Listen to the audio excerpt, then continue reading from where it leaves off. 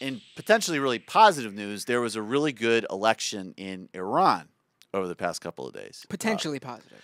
Could be potentially positive. Look, the reality with Iran, and it goes both ways, because when people were so freaked out about Ahmadinejad, Ahmadinejad, sure, said horrible things, was involved in brutally suppressing the Green Movement in 2011. He's a terrible guy. But, he was not the leader of Iran. The leader of Iran is the supreme leader, Ayatollah Khamenei. So Iran has just elected a really moderate and progressive figure as the new president. Now, again, Khamenei is still the ultimate leader. So now we have a president that's much more interesting in Iran than Ahmadinejad.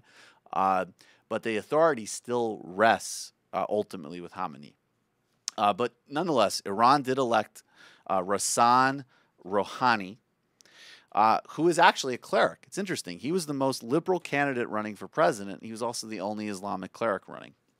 He's a former Iran's nuclear negotiator. He served in parliament. He's very wired to the Iranian establishment. But he ran on a platform of reopening Iranian relations, potentially trying to improve them with the United States. I heard, though, that he continue, but I heard that he only started running on these things about 2 weeks before it was election time. Well, he was always the most moderate candidate. But the thing with him, I saw him being pushed. What I saw was him being pushed as like a reformist, but those are very new ideas to him in terms of his. And that's total. I mean, here's the thing in Iran is, Mir Hussein Mousavi, who's still under house arrest for running a reformist campaign and not accepting the election results in 2009. He also, up until very recently, in that 2009 election, which he's, literally sacrificed his personal well-being over and has been under house arrest since, was a member of the Iranian establishment and was not known as being particularly reformist. So, and there's no question that this guy Rouhani would probably not be able to even be allowed to run and win if he didn't have real bona fides, but within the establishment. So that's true.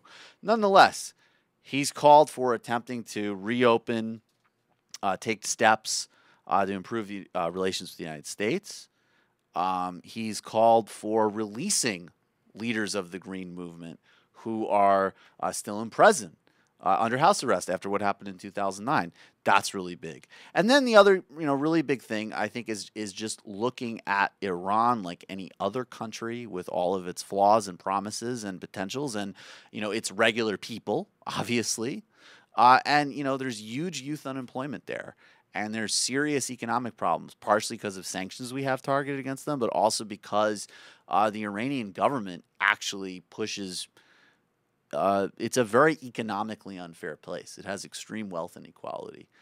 So he ran on working on youth unemployment and kind of getting the economy going for most everybody again. And I just think, again, the main takeaway is that, Iran certainly does some, nasty things in the region, like back Assad, like back some terrorist groups, whatever.